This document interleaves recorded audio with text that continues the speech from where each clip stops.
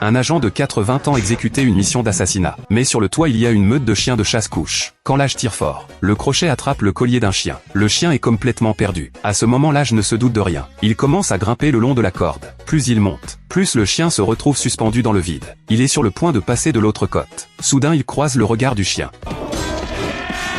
L'âge est poursuivi par le chien et court sur le toit. Il glisse et tombe dans le repère des ennemis. Le chef de gang reconnaît Frank au premier coup d'œil. Frank fait comme si de rien n'était. Il en profite pour envoyer un signal à ses coéquipiers. Un camarade reçoit le signal et coupe le courant immédiatement. Mais il se retrouve lui-même suspendu là-haut. Dans la voiture un autre coéquipier se prépare à intervenir. Mais la portière est coincée par un grand arbre. Comme personne ne vient, Frank renvoie un signal. Le chef de gang remarque vite quelque chose d'anormal. Il ordonne à ses hommes de fouiller Frank. Il trouve alors un énorme micro-espion. Alors Frank est ligote. Et ligote ici avec lui. Il y a aussi le professeur à sauver. Quand tout le monde s'en va, Frank cherche un moyen de se libérer. Il veut user la corde contre une étagère pour la couper, sans penser une seconde à la sécurité du professeur.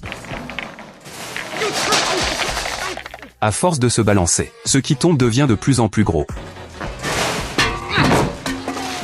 Heureusement les coéquipiers arrivent à temps. Le professeur échappé au pire. Le professeur leur apprend que le chef de gang trouve un faux professeur pour le remplacer. Ils vont tout de suite au lieu de la conférence pour le stopper. Mais la porte arrière est déjà verrouillée. À ce moment Frank voit un groupe de chanteurs. Et Frank a soudain une idée. Peu après, Frank déguisé en chanteur se faufile dans la salle. Il voit le faux professeur faire un discours sur scène. Il se jette sur lui et le plaque sur la table. Et dit aux gens qu'il est un imposteur. Le vrai professeur a une tache de naissance sur les fesses. Puis il baisse le pantalon de l'autre. Et il y a vraiment une tache de naissance. Mais Frank pense que c'est peint. Alors il sort une éponge abrasive et frotte fort.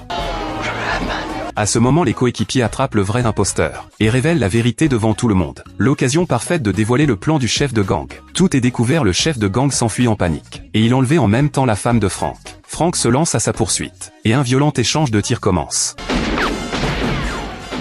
À la fin les deux n'ont plus de munitions. Frank lance son pistolet, et assomme le bandit net. Mais le chef de gang déclenchait une bombe à minuterie, et lui seul connaît le code pour l'arrêter. Dans 5 minutes ça explose. Pendant qu'il parle, un coéquipier tombe soudain du ciel. Mais il percute le mur de plein fouet. Frank en profite pour faire tomber l'arme du chef de gang. Puis il le pousse près de la fenêtre, et le menace pour qu'il donne le code de la bombe. Il allait parler, mais un coéquipier arrive et le pousse dehors. Il reste 4 minutes avant l'explosion. Frank et sa femme tentent de trouver le code. Mais une mauvaise manipulation. Accélérer le compte à rebours. Il reste moins de 20 secondes. Frank tire au hasard sur les fils. Mais ça ne sert à rien. Et ses vêtements restent coincés dedans.